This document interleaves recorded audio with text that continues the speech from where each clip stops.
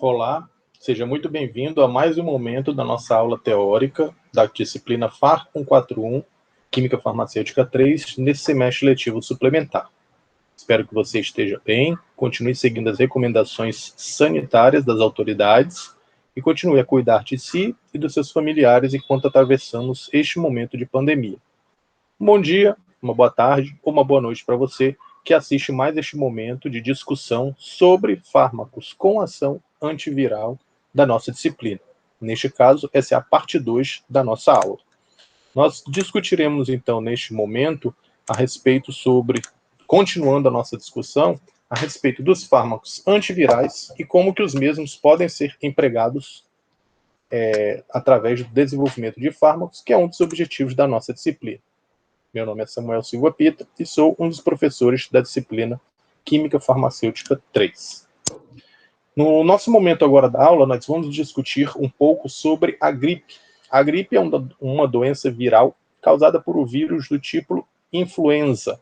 Esse vírus tem 3 classes específicas, a classe A, B e C, sendo a classe a mais comum e aquela que tem o maior número de fármacos antigripais desenvolvidos. Essa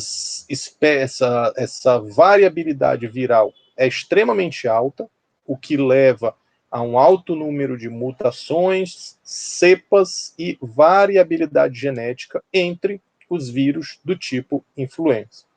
Os números indicam que cerca de 500 milhões de pessoas são afetadas anualmente e já tivemos casos, inclusive recentes, de ação envolvendo a questão do planejamento de fármacos antivirais e a sua informação frente ao desenvolvimento de antivirais.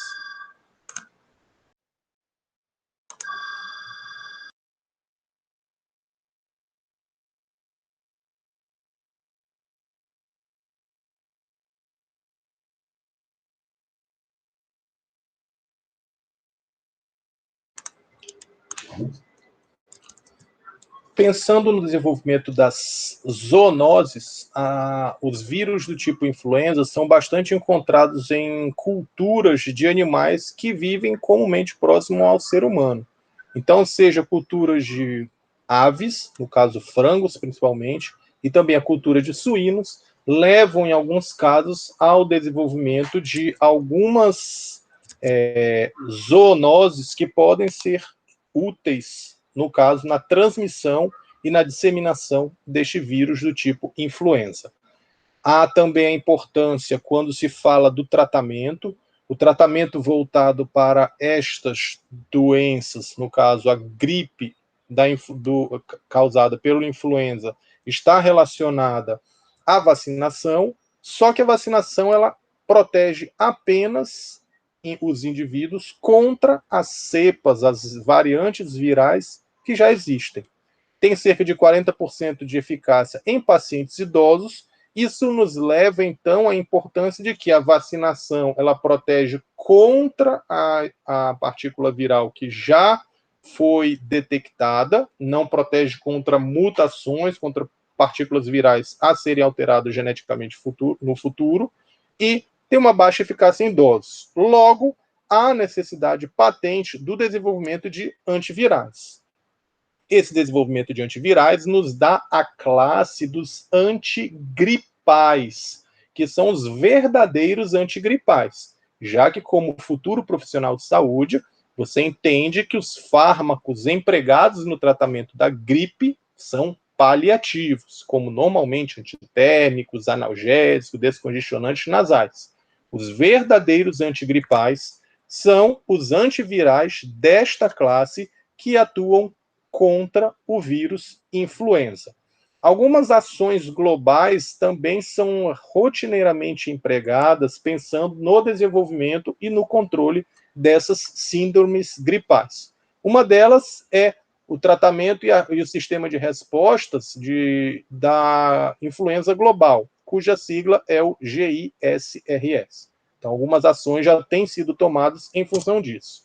Isso porque, se nós analisarmos a pandemia causada pelo influenza, nós vemos que a cada fluxo migratório, a cada período histórico, nós temos caracterizado dentro da história da humanidade, nos últimos séculos, por exemplo, século XIX, século XX e agora no século XXI, nós temos uma pandemia causada pelo vírus influenza. É claro que essa severidade varia de escala, sendo as últimas a pandemia a gripe suína e gripe aviária sendo classificadas como epidemias de baixa taxa epidêmica, enquanto a gripe de 1918, chamada de gripe espanhola, causando uma pandemia severa de nível 5. Alguns números para você avaliar aqui a sua data, a sua ocorrência principal e alguns dados que informam também a importância das mesmas quanto à questão epidemiológica.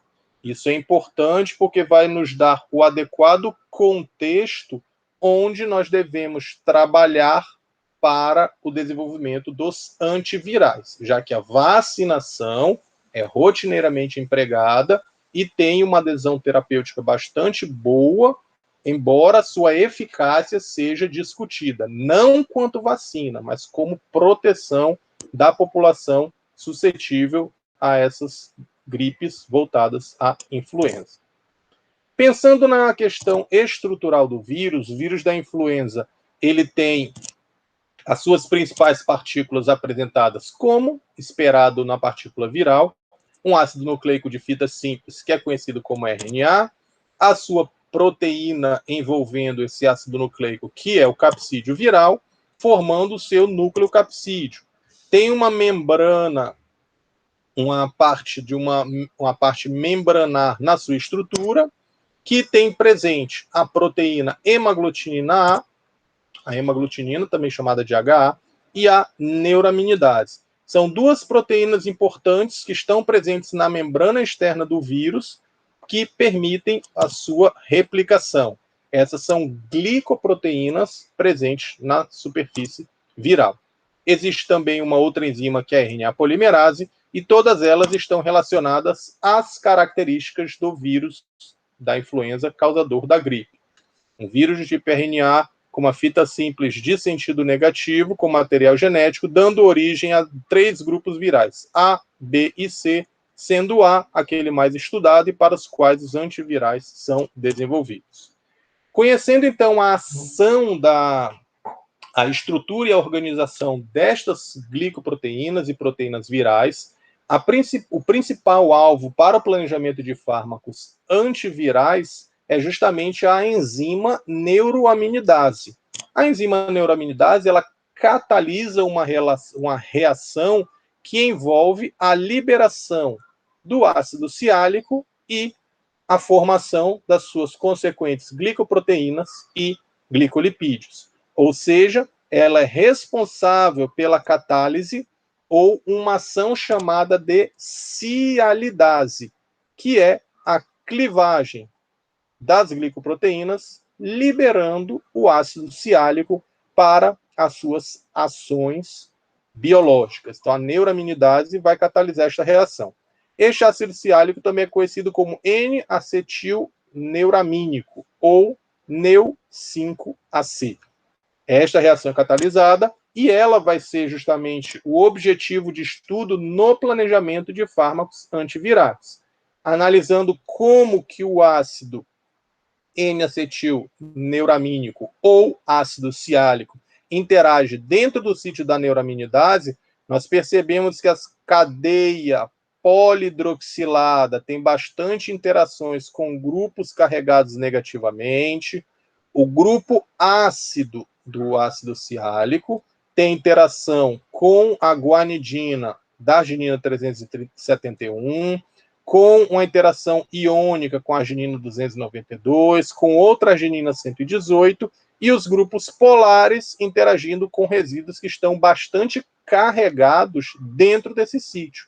Ou seja, dentro da neuraminidase há um cluster de resíduos carregados negativamente, positivamente, favorecendo a interação com ácido siálico. Claro que também há participação de água nesse sítio reacional, favorecendo a interação com o grupo acetamido do ácido siálico, a interação mediada por ligação hidrogênio pela água presente no sítio. Então, principalmente interações iônicas, interações mediadas por ligação hidrogênio, interações que vão envolver grupos polares e grupos iônicos dentro do sítio da neuraminidase. Uma vez que esta reação é conhecida, uma vez que o sítio já é conhecido, de forma ao que fizemos para o planejamento de inibidores da classe de inibidores da protease do HIV, nós podemos empregar a mesma analogia de planejamento de fármacos. Conhecendo o mecanismo de hidrólise da liberação do ácido siálico pela neuraminidase, o que nós podemos aplicar aqui? Eu posso conhecer a formação dos intermediários de reação e, conhecendo o intermediário ou o estado de transição, eu posso pensar no planejamento de um análogo do estado de transição para desenvolver compostos que tenham ação antiviral frente à neuraminidase. Então, aqui na imagem está representado todo o mecanismo catalítico, o mecanismo hidrolítico, envolvendo arginina, aspartico e glutâmico, os 4 principais resíduos do sítio catalítico. Esses 4 são os responsáveis pela estabilização do cátion cialosídeo, que é o nosso intermediário do estado de transição. Logo, a mesma técnica de mimetizar o estado de transição da reação dos inibidores da protease do HIV foi empregada no desenvolvimento dos inibidores de neuraminidase, pensando no desenvolvimento de antivirais com ação antigripal para os vírus influenza. Mimetizar o estado de transição onde eu tenha a participação de um derivado que é um cátion cialosídico com a sua forma cíclica como intermediário do estado de transição. Participação dos principais resíduos para estabilização desse intermediário.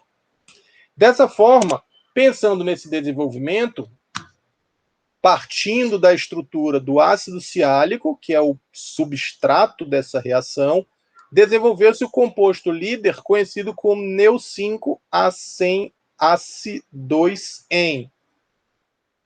Qual a principal modificação foi feita? Já que o ácido siálico apresentava no carbono 2 a quiralidade envolvendo o carbono quaternário, substituiu-se nesta posição 2,3 a presença de um derivado com uma ligação dupla, o derivado endocíclico, um alceno endocíclico, e manteve-se o grupo ácido, a cadeia polihidroxilada e o grupo acetamida na sua estrutura. Quais as vantagens de você modificar essa estrutura deste derivado para o seu planejamento de fármacos ou de compostos que tenham ação antigripal ou antiviral? Primeiro, você tem uma mimetização nessa posição aqui da geometria do estado de transição, que é a geometria trigonal plana. Então, o endocialosídeo cátion que a gente viu anteriormente, ele é mimético desta geometria onde eu tenho a ligação dupla. E você lembra que a ligação dupla é uma responsável pela rigidificação da molécula, em que há uma planaridade na minha estrutura. Outro detalhe, quando eu tiro ou tenho a retirada de uma hidroxila na minha estrutura, esta retirada dessa hidroxila favorece a perda de interação por ligação hidrogênio. Professor, mas se eu vou perder ligação hidrogênio, não vou perder interação? Mas você tem que pensar também que dentro do sítio nós temos águas estruturais. Essas águas estruturais, ao serem organizadas ao redor dos grupos que fazem interações por ligação hidrogênio, vão dar uma penalidade entrópica. Então, o que compensa? A interação por ligação hidrogênio ou a entropia promovida pela inclusão deste grupo dentro da estrutura? Neste caso, a retirada dessa hidroxila, com consequente perda da interação por ligação hidrogênio com solvente, levou a uma redução nessa penalidade energética dessa conformação. Professor, como é que eu posso ter uma evidência disso? É só olhar que o ácido siálico, que tem essa hidroxila, é o meu substrato, e a retirada dessa hidroxila, juntamente com a restrição conformacional, no primeiro composto líder, me dá uma atividade inibitória para a neuraminidase. Então, eu mantenho o padrão de interação, mimetizo o meu estado de transição através da sua geometria e reduzo as penalidades entrópicas promovidas pelo grupo hidroxilado que estava presente no derivado anterior, que era do ácido siálico. Um outro detalhe importante é que esse composto, quando administrado em vivo, não tinha atividade. Não tinha atividade, mas tinha ação in vitro, apesar de baixa seletividade. Ele era um inibidor bastante inespecífico. Qual a importância? Grupo planar e redução das interações por ligação hidrogênio. Pensando então no desenvolvimento de novos análogos, pensou-se que, já que existem diversos grupos com características polares na estrutura, é possível que essa característica possa ser melhor modulada. Modificou-se, então, esta hidroxila por um grupo amina. Essa substituição deu origem a um outro padrão de interação. Como consequência, nós temos também uma melhora na atividade do meu composto. Isto indica que o padrão de interação promovido pela hidroxila foi modificado pela amina. E a pergunta é, o que uma amina tem de diferente de uma hidroxila? Diversas características. Você pode pausar o vídeo e tentar racionalizar e tentar elencar algumas características. Pausou, pensou, analisou, você com certeza deve ter chegado a uma das características, que é a questão da ionização. O grupo 4-amino, ele pode ser ionizado a depender do pH fisiológico. Esta ionização vai favorecer um tipo de interação diferente da interação promovida pelo grupo 4-hidroxi. Logo, o 4-amino ionizado, que pode estar protonado, vai favorecer a interação no sítio. Como é que eu sei disso? Valores de atividade biológica. A minha potência melhorou, meu valor de KI diminuiu.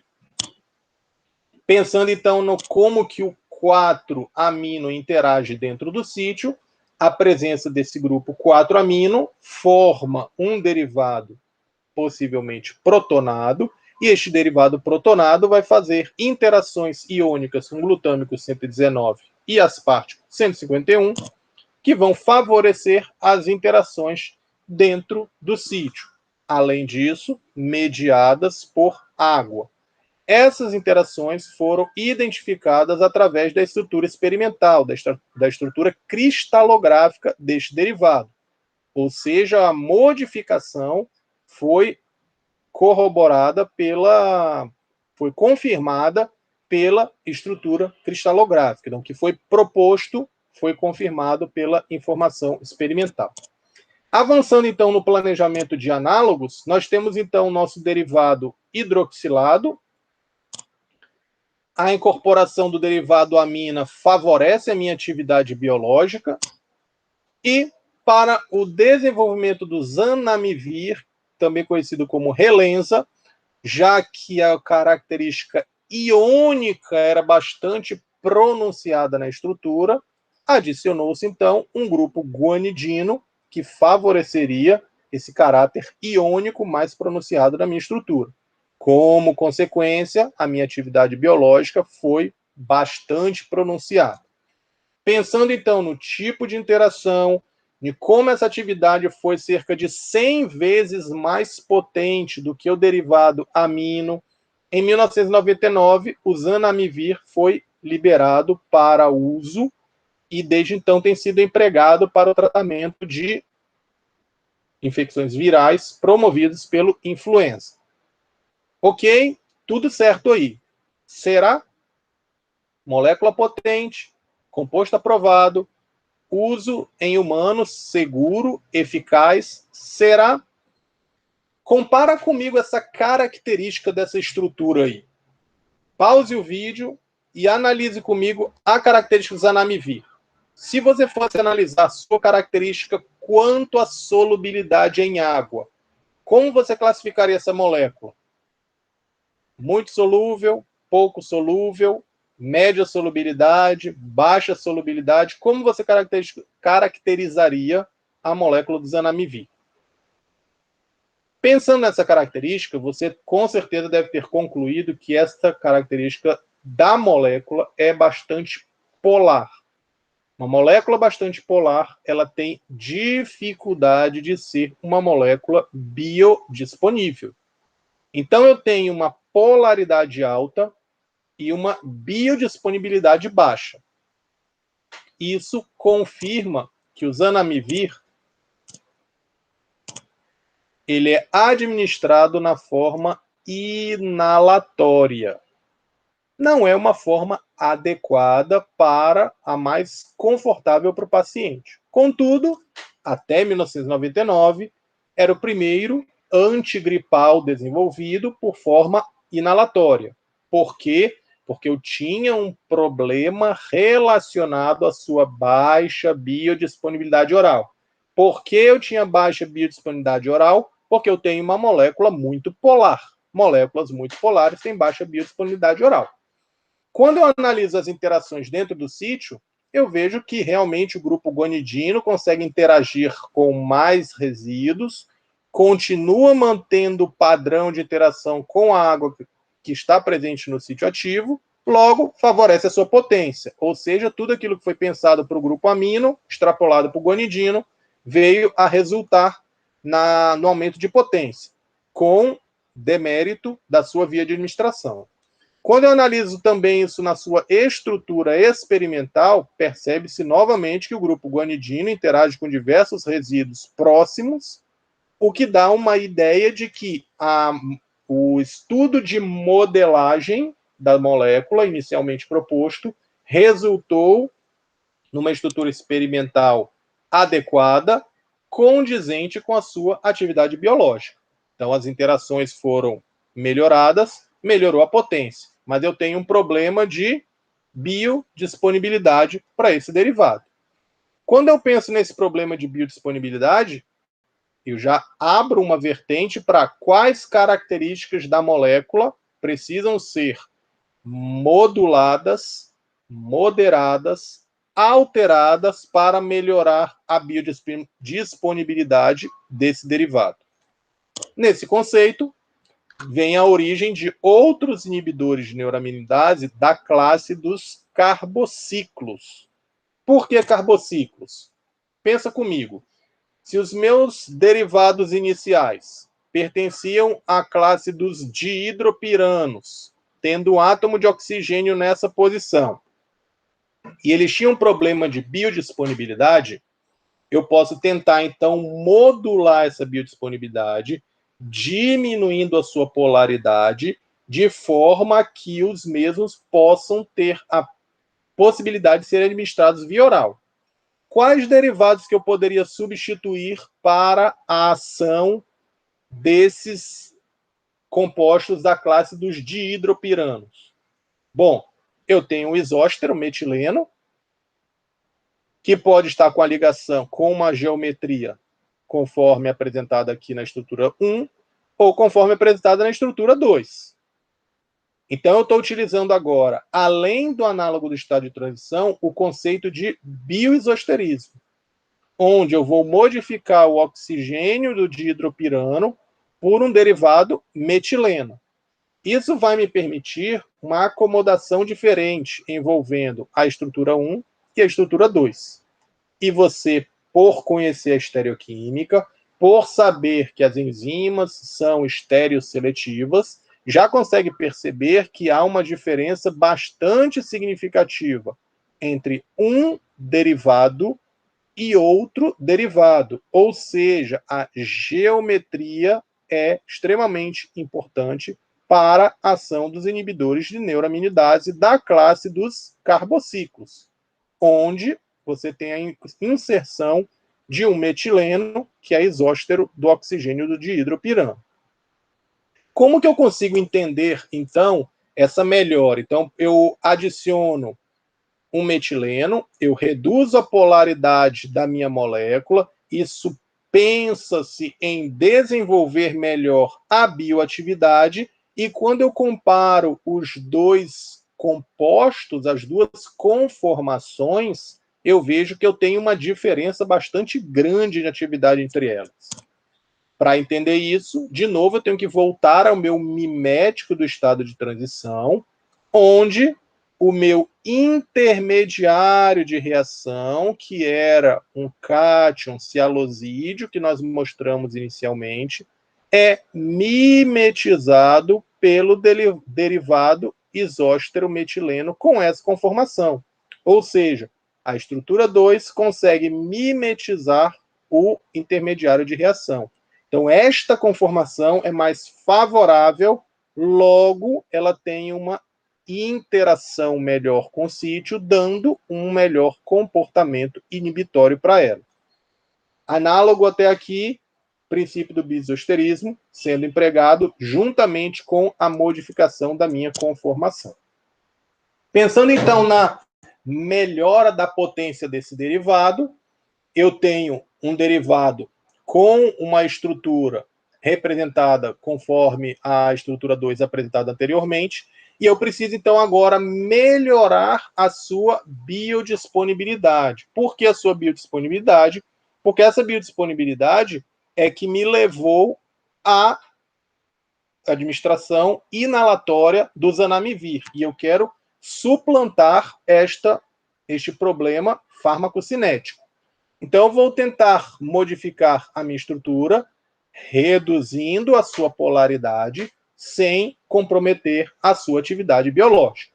Quando eu retiro a minha cadeia polihidroxilada da estrutura, substituo por uma hidroxila, eu percebo que a minha estrutura 3 tem uma queda na potência bastante considerável. Contudo, eu mantenho a minha atividade inibitória. Logo, eu percebo que esta cadeia polihidroxilada pode ser modulada, sua interação pode ser alterada sem abolir a sua atividade inibitória.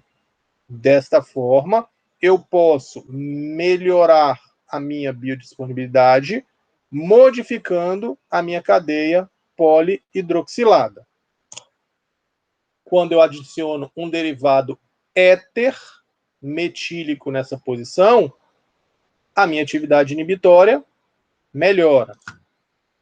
Quando eu adiciono o derivado éter etílico nessa posição, a minha atividade melhora. Já que é assim, por que não propila? Ok, favorável. Por que não um etila? Acho que já não foi tão favorável assim. O que nós conseguimos perceber é que os substituintes éteres nessa posição conseguem melhorar a atividade até um determinado ponto. No nosso caso, propil, butil. Além disso, você já tem um decréscimo na atividade biológica. Resultado importante: posso substituir a cadeia polihidroxiaromática por derivados da classe dos éteres hidrocarbonados. Então, etil, metil, metil, etil, propil e butil na nossa estrutura. Uma vez que nós identificamos que a cadeia propila é aquela que tem atividade ótima para esse derivado, a possibilidade é que nós possamos variar essa cadeia propila de forma a aumentar a potência do meu derivado. Se eu adicionar, por exemplo, um derivado ramificado nessa cadeia, continua tendo éter, mas um éter ramificado, eu verifico que há a possibilidade de você aumentar consideravelmente a atividade biológica. O grande detalhe é que a adição dessa ramificação dá origem a um centro assimétrico. E esse centro assimétrico é bastante complexo de ser tratado quando se pensa na síntese de derivados. Dessa forma, já que a ramificação é passível de melhorar a atividade, pode-se modificar essa ramificação para um derivado que tenha uma cadeia ramificada conforme apresentado no GS 4071. E aí você tem uma atividade bastante pronunciada com ação na neuraminidase. O derivado, então, pentaloxi é aquele que tem atividade mais pronunciada e atividade ótima para a interação. Isso me mostra que a ramificação favorece a interação até um determinado nível, onde o derivado pentaloxi vai ser aquele importante para a ação dos compostos frente ao sítio da neuraminidase. Pensando nesse derivado pentaloxi e a sua ação biológica, então já tem um valor de atividade ótima. Deu-se origem a partir dele ao Tamiflu, que é o oseltamivir. Vantagens do oseltamivir frente ao Tamiflu, do oseltamivir frente ao GS 4071. O oseltamivir é o Tamiflu. Você tem uma modificação no grupo ácido, no carboxilato da sua estrutura, por um grupo que seja éster. Isso não te lembra algo que já foi discutido na aula? Exatamente. Nós estamos falando aqui do princípio de latenciação. Então, você tem o oseltamivir, que é o profármaco do GS 4071. Profármaco. Na aula que nós discutimos sobre latenciação, nós falamos que um dos objetivos do desenvolvimento de profármacos, ou do emprego da latenciação, era justamente contornar propriedades farmacocinéticas que eram deletérias. Nós vimos que o zanamivir tinha uma propriedade deletéria, que era a sua administração inalatória, apesar da sua potência e apesar da sua ação. Neste desenvolvimento do oseltamivir, o final, o emprego da latenciação, nos mostra que agora eu tenho um fármaco com administração oral, aprovado em 1999, com ação para a influenza A e para a influenza B, e no principal ponto em questão, com a administração oral, diferente do zanamivir, que não tinha administração oral. Ou seja, todo esse desenvolvimento empregado pela indústria farmacêutica nos levou a um princípio que nós já vimos anteriormente, que é a latenciação, chegar a um composto que eu tenha administração oral, diferente do zanamivir, que tinha administração inalatória. Então, nós conseguimos chegar a este ponto. Um outro desenvolvimento relacionado aos antigripais da classe dos antivirais, também pensados na ação inibitória frente à neuraminidase, foi o emprego de outros anéis com ação frente à neuraminidase. Inicialmente, nós pensamos em mimetizar o estado de transição, que era um cialosídeo, que você tinha um anel, um cátion cialosídeo, que você tinha um anel de hidropirano. É possível que, após o estudo de outras informações, percebeu-se que derivados da classe dos tetrahidrofuranos também tinham ação inibitória frente à neuroaminidase. Então, diversos derivados da classe dos tetrahidrofuranos com diferentes substituições, perceba que eles são bastante análogos aos derivados anteriores, oseltamivir, e também a cadeia lateral do zanamivir, foram pensados para sua ação frente à neuraminidase.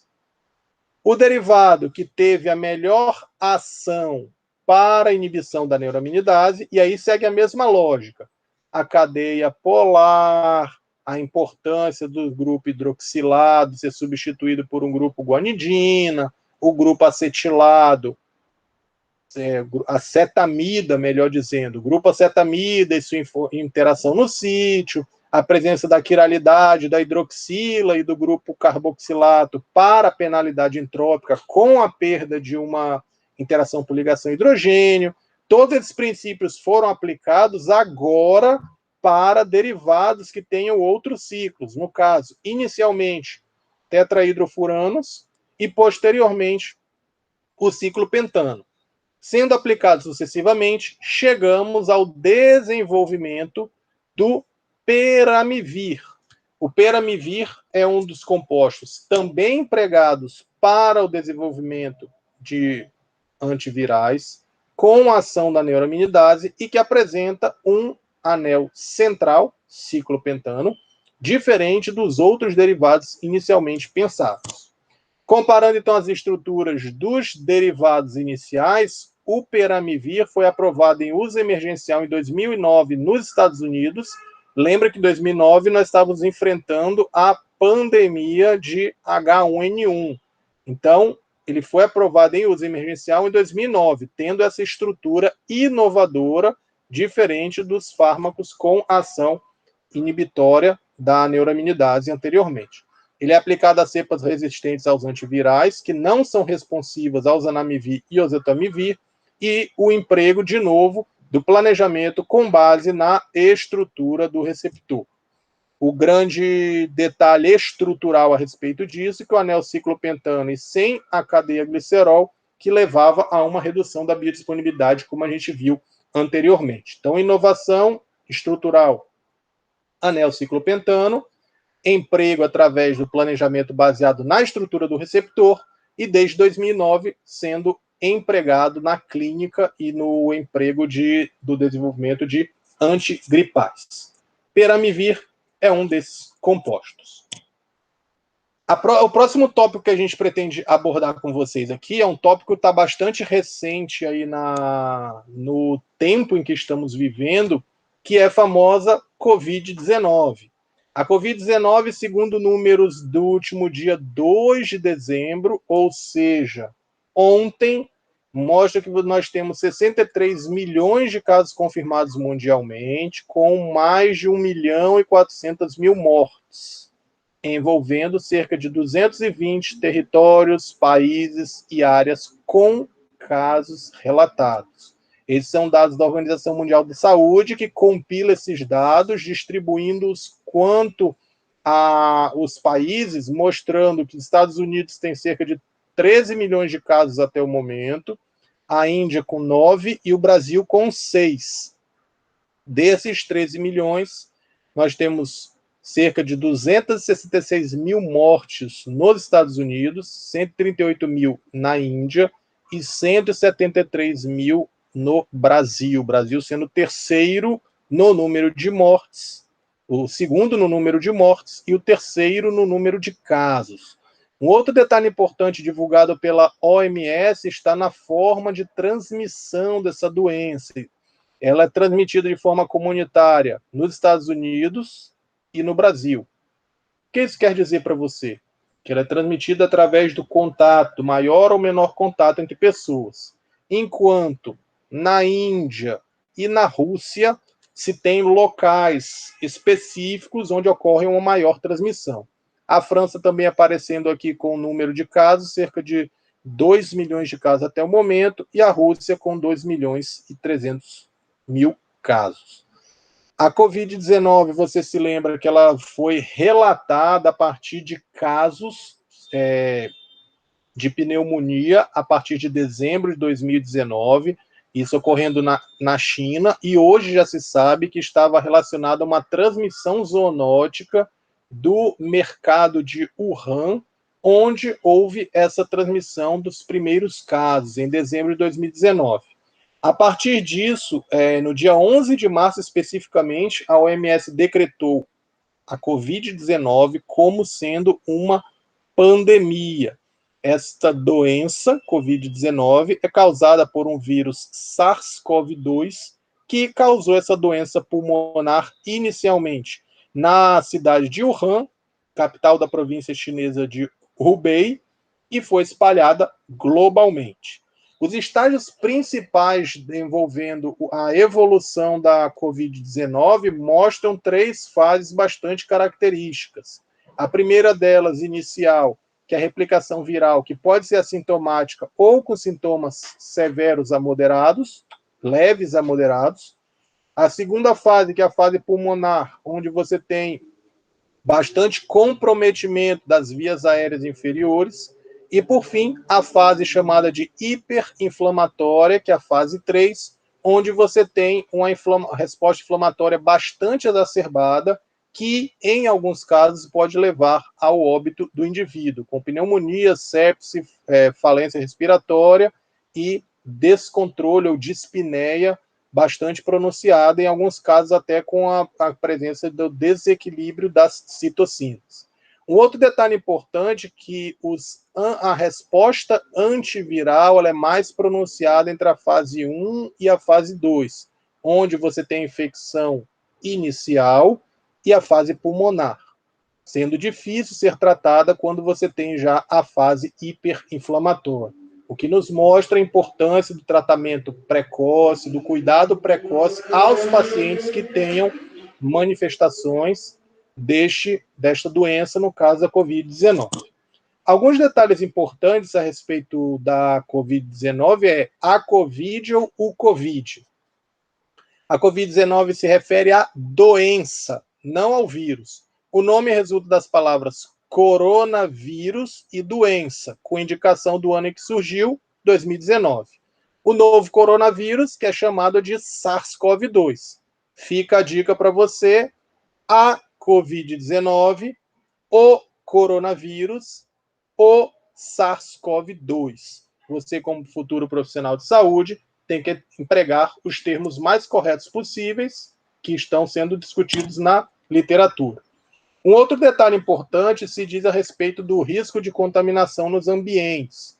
Então, você pode ver que após contato prolongado, há um risco alto em cerca de 4 horas, tendo alto risco de contato com pessoas em ambientes de circulação fechados, sem uso de máscara. Quando você tem o uso de máscaras, você tem o risco de contato moderado, e no ambiente arejado, você tem um risco de contato baixo. Então, isso nos dá uma ideia da transmissibilidade deste vírus para ambientes fechados e a importância do uso das máscaras. É claro que a máscara ela não vai ser uma proteção efetiva, mas ela é importante na redução da transmissão, uma vez que as partículas, os aerossóis, os perdigotos lançados, seja pela respiração, seja pelo ato da fala, podem levar a um paciente infectado transmitir o coronavírus, o SARS-CoV-2, para outras pessoas.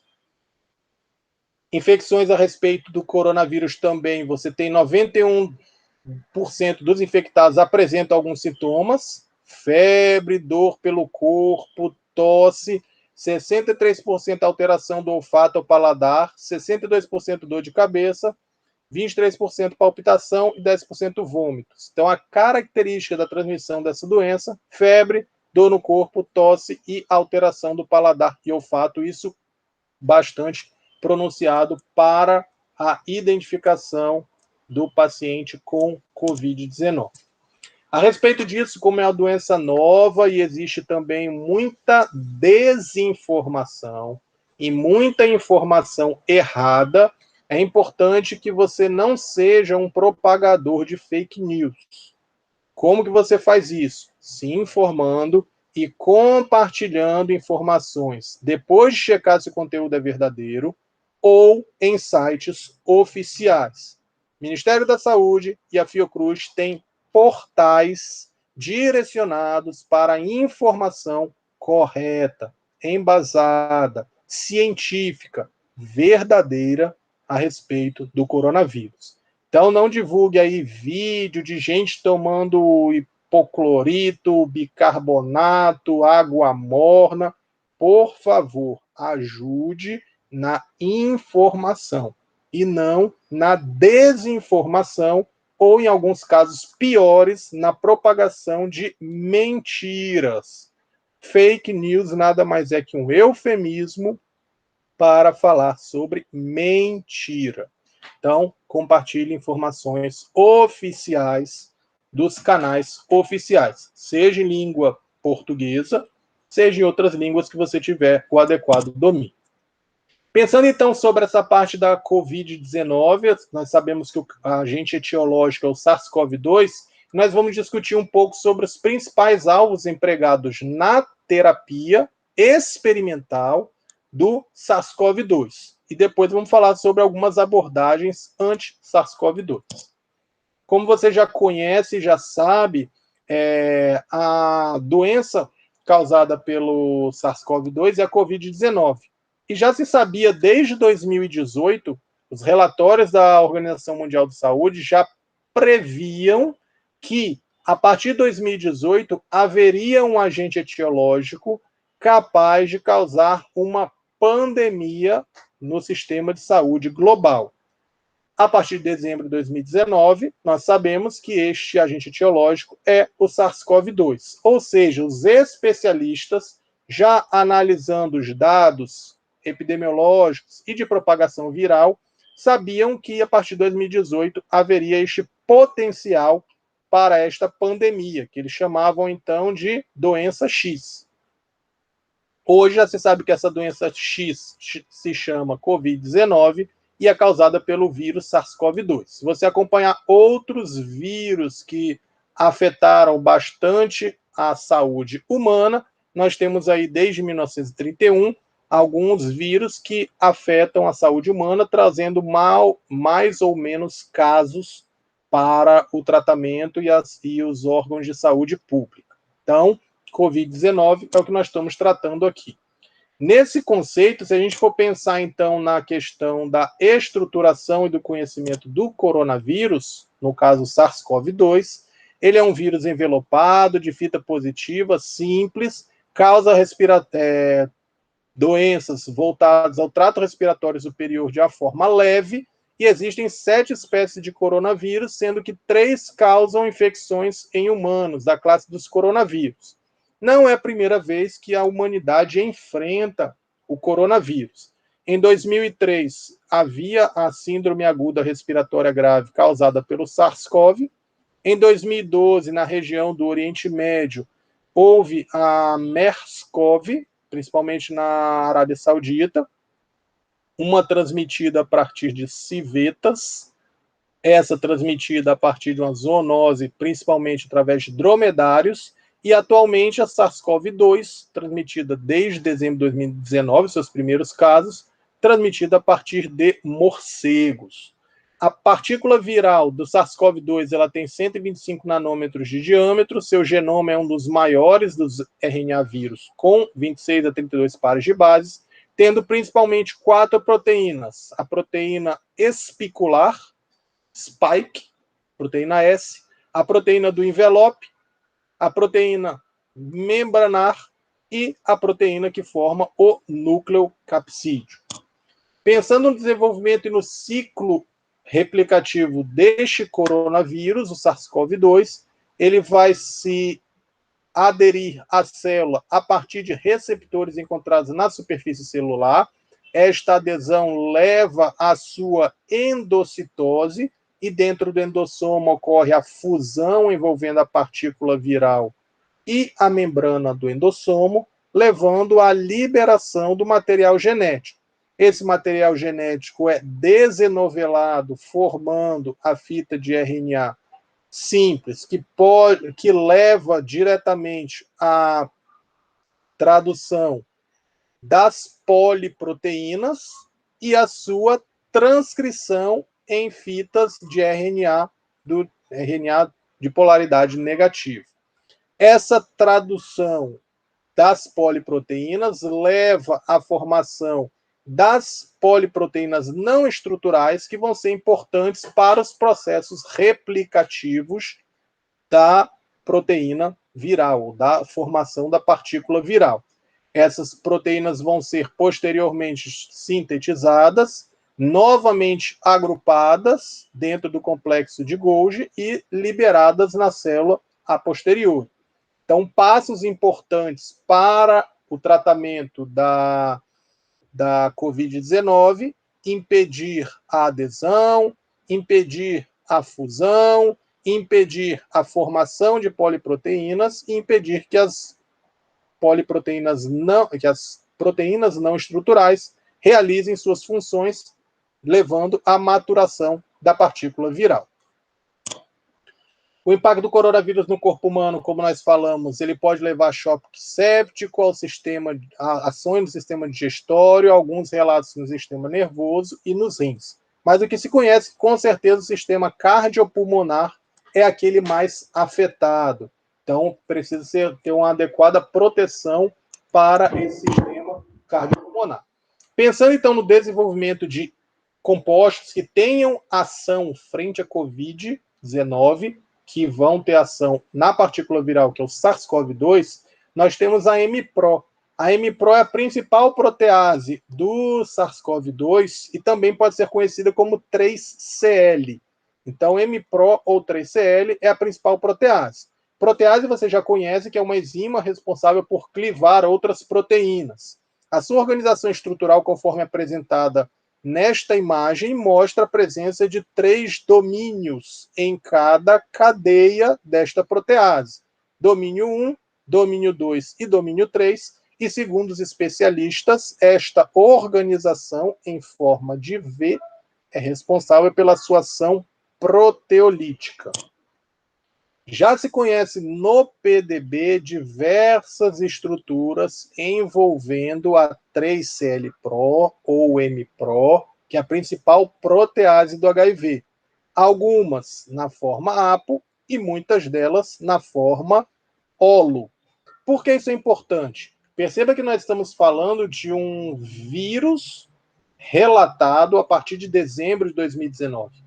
Em menos de 12 meses, se você for botar aí mais ou menos dia 19 de dezembro, em menos de um ano, você teve um desenvolvimento científico que permitiu, só para a MPRO, uma das proteínas virais, 1, 2, 3, 4, 5, 6, 7, 8, 9, 10 estruturas cristalográficas obtidas com boa resolução para a estrutura da MPRO. Lembrando que existem cerca de 100 estruturas depositadas no PDB e só estão apresentadas aqui a estrutura que estão associadas a alguma referência. Por exemplo, a 11A e a 11B está referenciada, de acordo com o trabalho, na referência 31. Atualmente existem cerca de 100 estruturas, o que dá, por mês, mais de 10 estruturas só da MPRO, do SARS-CoV-2, depositadas no PDB. Uma ideia de como esse campo de desenvolvimento de fármacos está bastante dinâmico para essa doença que é a Covid-19. Pensando na MPRO quanto à sua catálise, nós temos 2 resíduos catalíticos, a cisteína e a histidina, estão apresentados aqui na imagem, e como nós vimos para a protease do HIV, o sítio catalítico também é representado por subsítios. Então, você tem o subsítio S1, onde o peptídeo P1 se liga, o subsítio P1', o resíduo P1', que se liga ao subsítio S1' da protease, o resíduo P2, que se liga ao subsítio S2 da proteína, P3, P4, P5. Então, isso está presente na estrutura, e aqui eu estou falando de uma estrutura cristalográfica do complexo N3 com a MPRO. Ou seja, Em menos de 12 meses, você já tem estrutura cristalográfica, já tem sítio determinado, já tem inibidor pensado nesse desenvolvimento de fármacos. Quando se pensa nas abordagens empregadas para a MPRO, principalmente na busca de inibidores da MPRO, também chamado de IMPRO, já foi empregado o reposicionamento de fármacos, pensado já que o fármaco já foi estudado quanto à sua característica toxicológica, quanto à sua característica farmacocinética, por que não empregá-lo para ação na MPRO? Então, este reposicionamento de fármacos levou ao estudo, tanto através de triagem virtual, quanto emprego de inteligência artificial, quanto abordagens que traziam a questão de fármacos aprovados pelo FDA, pensando no reposicionamento. Exemplo, um fármaco tem ação antimalária, pode ser empregado para ação inibitória da MPRO, pensando no combate da Covid-19? Em tese, sim. Então, esta forma, esta abordagem é chamada de reposicionamento. Esse reposicionamento foi pensado através de triagem virtual, onde os derivados da triagem que foram empregados, ou seja, os fármacos já conhecidos com estrutura e já empregados na terapia, foram analisados via acoplamento molecular frente à estrutura da MPRO.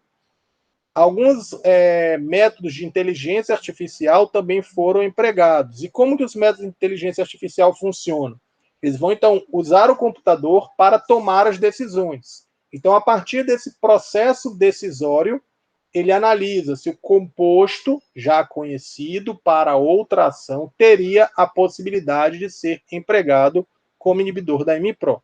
Então, essas abordagens foram empregadas, como também o emprego da biblioteca do FDA, com suas diversas estruturas químicas empregadas. Abordagem de reposicionamento, até o momento, nada tem avançado nesse sentido. A abordagem que nós discutimos na nossa disciplina também tem sido empregada no planejamento de fármacos quanto ao desenvolvimento de inibidores da MPRO. Que abordagem é essa? Structure-Based Drug Design, planejamento baseado na estrutura. Que estrutura? Estrutura da MPRO, que já é conhecida. Já foi empregada nesta abordagem uma série de produtos naturais pensados e testados contra a MPRO, quanto à sua ação inibitória. Por enquanto, nenhum deles ainda chegou a avançar para os testes clínicos, mas já foram empregados na parte inicial. Uma outra abordagem é, se eu conheço que a MPRO é uma protease, se eu sei o sítio, se eu reconheço seu mecanismo de catálise, por que não empregar inibidores que sejam peptídicos? Esta abordagem deu origem a diversos compostos, conforme apresentados aqui, alguns deles com estrutura cristalográfica, mostrando que o emprego de inibidores com estrutura peptídica pode ser útil para a abordagem de inibidores da MPRO. Quais as vantagens? Facilidade de reconhecimento e síntese. Um inibidor peptídico é bastante simples de sintetizar, diferente de um inibidor com a estrutura química bastante diferenciada. Então, você tem uma facilidade de reconhecimento e a facilidade sintética. Quais as desvantagens? As desvantagens estão relacionadas ao seu peso molecular. Você vê a estrutura desses inibidores. Você tem uma estrutura bastante com a massa bastante elevada, consequentemente, uma biodisponibilidade oral bastante baixa. Por quê? Porque você está trabalhando com aminoácidos vão ser digeridos. Então, aminoácidos vão ser hidrolisados. Então, você tem um problema de biodisponibilidade também. Então, você tem problemas relacionados à administração dos peptídeos e vantagens relacionadas ao emprego dos peptídeos como inibidores da MPRO. As abordagens têm sido empregadas, alguns têm chegado à estrutura experimental, no caso, a estrutura cristalográfica, como apresentados na imagem aqui. Uma outra abordagem que você deve ter visto com o professor Marcelo está no desenvolvimento de fragmentos. os fragmentos também foram empregados para o desenvolvimento de inibidores da MPRO. Estudos envolvendo docking e dinâmica molecular. Veja que a gente discutiu docking, como que o mesmo pode ser útil no planejamento, e estudos envolvendo dinâmica molecular, ou seja, métodos computacionais, métodos teóricos, experimentos computacionais foram empregados para o desenvolvimento de fragmentos. Há também a possibilidade de você fazer uma triagem de alto rendimento utilizando a cristalografia, método experimental. Estes métodos empregando fragmentos ainda também não resultaram em moléculas que tenham sido empregadas com sucesso para as fases posteriores de análise. E, por fim, a triagem de alto rendimento, também chamada de HTS, ou High Throughput Screening, empregou cerca de 50 mil moléculas parecidas com fármacos, analisando 572 hits, ou seja, uma grande quantidade de hits através da técnica de transmissão de fluorescência.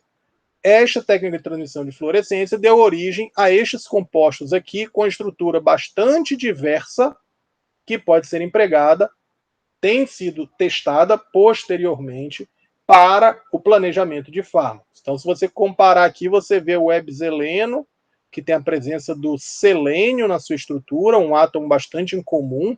Aqui o disulfiram, que é empregado para o tratamento de etilismo crônico, e outras moléculas aqui com estrutura bastante peculiar para o planejamento de fármacos, todos como inibidores da MPRO. Um outro alvo empregado também para o planejamento de fármacos frente ao SARS-CoV-2 é a proteína spike, também conhecida como proteína S. Por que essa proteína tem sido empregada? Porque ela é uma proteína-chave para o desenvolvimento de fármacos, vacinas, anticorpos e também para o diagnóstico. Por que essa proteína tem sido empregada?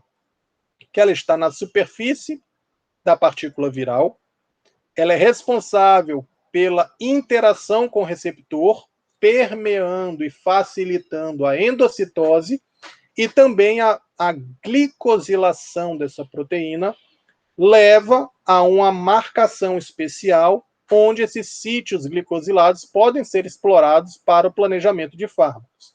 Então, agora a gente vai tratar da proteína spike ou proteína S. Como que essa proteína se organiza? Ela tem diversos domínios, domínio S2, domínio S1, com a região N-terminal, a região de ligação ao receptor biológico e a região de ligação à parte citoplasmática. Ela é um monômero de aproximadamente 180 kDAs, com duas principais subunidades, S1 e S2. E ela é uma proteína da classe 1 das proteínas virais de fusão. É importante para a ativação da fusão e porque ela permite a endocitose. Como se dá a organização dessa proteína? O SARS-CoV-2 tem, quanto à sua proteína spike, bastante similaridade com o derivado oriundo de morcego, o do coronavírus oriundo de morcego, por isso que foi aventada a possibilidade dessa migração zoonótica, e também há uma similaridade bastante grande com o SARS-CoV, aquele que causou a infecção, as doenças em 2007 na China. Então você tem a possibilidade de empregar no desenvolvimento as informações do SARS-CoV, que você já conhece, e também a transmissão zoonótica através do morcego com o coronavírus do tipo HAT-G3. Essa organização dessa proteína, ela se dá experimentalmente dessa maneira. Então você tem o trímero desta proteína, onde você vê aqui a proteína S organizada, a proteína do envelope e a nucleoproteína lá dentro do centro. Então, a animação agora vai te mostrar uma dessas cadeias e como que essa cadeia ela se organiza. Um monômero que se polimeriza a partir, formando os seus trímeros. Então, aqui está a proteína do envelope, a membrana do vírus e aqui a nucleoproteína. Então, a cadeia da proteína S está apresentada nesta animação. Como se dá a organização dessa cadeia no momento em que ela é responsável pela internalização no sítio? Então, já se sabe atualmente que ocorre uma modificação conformacional dentro do domínio proteico, favorecendo esta interação com os receptores celulares. Ou seja, o domínio de ligação da proteína é responsável por esta modificação, permitindo a sua maior ou menor interação frente ao receptor biológico. Isso na proteína S, o seu domínio pode estar up para cima, para interação, ou down para baixo, que é isso que a gente mostrou na animação ao lado. Então, o domínio de ligação ao receptor pode estar nessas duas conformações. Isso faz com que, quando eu compare a proteína S de SARS-CoV-2 com a proteína S de SARS-CoV, a gente veja uma pouca diferenciação em cerca de 1000 átomos dessa sequência. Ou seja, os domínios, quando comparado SARS-CoV com SARS-CoV-2, vão ter poucas diferenças entre eles. A organização estrutural vai ser muito semelhante. Logo, o que eu conheço para o SARS-CoV pode ser empregado para o SARS-CoV-2, já que as duas proteínas são bastante semelhantes quanto à proteína spike, a proteína espicular, responsável pela fusão, responsável pela endocitose.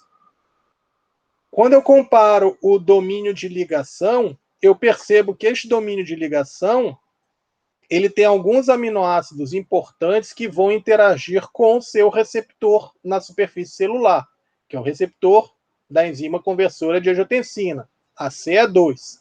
Então, alguns resíduos são bastante importantes para garantir essa interação com o receptor celular.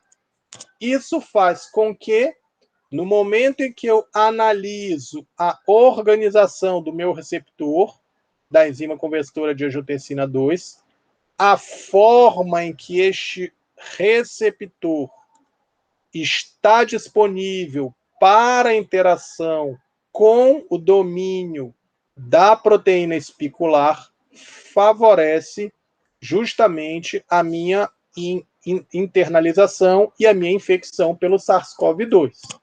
Quando eu analiso isto à luz do movimento do meu receptor da enzima conversora de angiotensina, eu vejo que o principal movimento está voltado a uma maior interação com o meu receptor. É claro que isso é fisiológico, garante uma maior interação com a enzima conversora de angiotensina, o vírus apenas se aproveita dessa facilidade para interagir melhor com o receptor da enzima conversora de angiotensina. Quando eu analiso, então, as minhas conformações do tipo up de ligação com o meu receptor biológico, eu percebo uma complementaridade envolvendo a enzima, a proteína espicular S e o seu domínio de ligação ao receptor e o meu receptor da enzima conversora de angiotensina. Se eu for analisar isso de forma a ver numa animação, eu vejo que, a depender da conformação, eu tenha uma maior ou menor interação frente ao meu receptor biológico. Então, o meu trímero apresentado aqui nessa animação, o meu trímero da proteína espicular, vai interagir com o meu receptor da enzima conversora de angiotensina. Dessa forma, sabendo desse processo, sabendo de toda essa informação estrutural e como que esses domínios se organizam para a interação com o receptor da enzima conversora de angiotensina, quais abordagens foram empregadas na busca de inibidores da proteína espicular. Empregou-se inibidores de protease, pensando no desenvolvimento de compostos, ou emprego de compostos que impedissem a internalização, a endocitose da proteína espicular e, consequentemente, do vírus. Empregou-se anticorpos, alguns deles apresentados inclusive em estruturas cristalográficas, onde o anticorpo CR3022 se liga ao domínio de ligação do receptor da proteína espicular, que interage com o receptor biológico, é o receptor da enzima conversora de angiotensina. Então, o anticorpo capaz de fazer essa interação que impeça a internalização. Então, já tem anticorpos sendo testados com ação frente à proteína espicular, especificamente ao domínio RBD. Outra possibilidade sendo empregada também era inibidores de fusão. Dessa forma, o emprego de inibidores de fusão iam impedir que ocorresse a fusão entre a proteína espicular e o receptor da enzima conversora de angiotensina, e dessa forma, não havendo a fusão, não haveria infecção.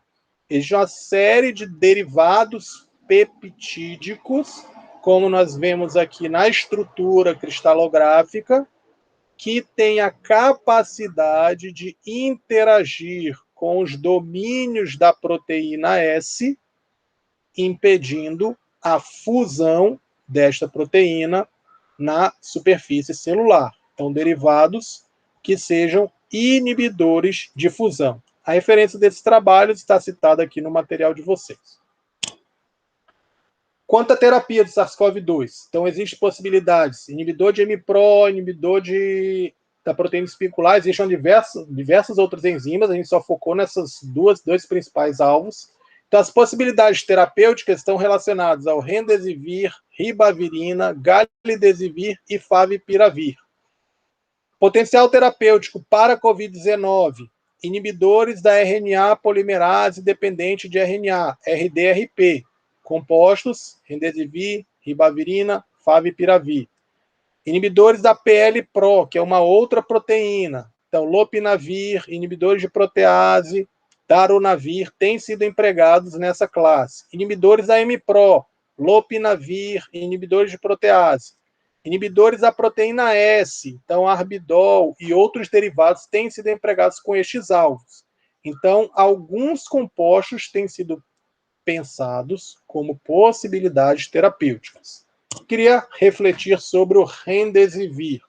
O remdesivir é um análogo nucleosídico com ação já conhecida frente ao vírus Ebola, que foi relatado com ação frente ao SARS-CoV-2 pela indústria farmacêutica Gilead Sciences. A Gilead é importante porque ela tem um portfólio voltado para o planejamento de antivirais bastante conhecidos, principalmente porque ela já foi responsável pelo desenvolvimento do Tamiflu, oseltamivir, que nós falamos nessa aula, que depois foi licenciado para Roche, mas foi desenvolvido pela Gilead. Eles também desenvolveram o sofosbuvir, que é o primeiro antiviral empregado para a terapia no caso como terapia da hepatite C, de forma oral. Então, o sofosbuvir foi o primeiro derivado com ação, e agora eles estão investindo nesse relato do remdesivir, esse análogo nucleotídico com ação já testada contra o Ebola e agora com ação promissora para o SARS-CoV-2. Então, eles foram empregados. Qual a ideia do emprego do remdesivir, que já tem até estudos clínicos bastante avançados? O remdesivir é um profármaco que, para ser ativado, tem que chegar à sua forma de trifosfato, de modo a ser incorporado na DNA polimerase viral. Então, ele precisa dessa ativação. Então, é, de novo, um profármaco empregado com ação antiviral. O remdesivir já foi, a partir de 20 de novembro, recomendado pela Organização Mundial de Saúde a ser empregado no tratamento de pacientes da Covid-19. Existe uma série de outros derivados também que têm sido empregados e liberados para o teste experimental na frente à Covid-19. Isso é importante porque tanto o desenvolvimento vacinal quanto outros compostos têm sido empregados de modo experimental. Então, estão em estudos clínicos, sendo avaliados posteriormente se os mesmos podem ser empregados ou não. Entre eles o Remdesivir e as vacinas, como nós temos acompanhado aí na literatura. Alguns já foram descartados, como, por exemplo, a cloroquina, a hidroxicloroquina e a azitromicina. Os corticosteroides têm a sua ação principalmente imunomodulatória e não diretamente voltada ao SARS-CoV-2, mas sim a questão imunológica e a reação imunológica sendo empregados. Então, diversos estudos tendo sido empregados, foco no Remdesivir e no desenvolvimento vacinal. Pensando, então, no finalização da aula, algumas referências estão postas aí que deram origem a este estudo voltado ao SARS-CoV-2, lembrando que isso vem desde o final de 2019, então é uma área bastante promissora, bastante ativa no desenvolvimento científico. Para a parte específica de planejamento de fármacos e modelagem, eu recomendaria esses 3 principais artigos aqui, 2 em inglês e 1 em português, que mostram uma ideia de como essas ferramentas de modelagem molecular, química, farmacêutica, medicinal podem ser úteis e são úteis no planejamento, principalmente de fármacos contra SARS-CoV-2. E, quanto aos outros tópicos, temos também o apoio da literatura, que está relacionada aos principais livros-textos empregados na nossa disciplina. Então, espero que vocês tenham gostado dessa apresentação, que você possa ter o emprego da mesma para um maior conhecimento, uma maior discussão e, principalmente, para a sua formação acadêmica. Lembre-se que ainda estamos no momento de pandemia, então você continue a respeitar as recomendações das autoridades sanitárias, não propague fake news, você, a partir de agora, é um formador de opinião cada vez mais embasado. Mantenha a fé em Deus, continue a cuidar de si e dos seus familiares, enquanto ainda estamos atravessando este momento pandêmico. Então, até o nosso próximo momento, nosso encontro nas nossas aulas síncronas de FAR 141. Fique em paz, tranquilo, e fique com Deus. Até mais. Tchau, tchau.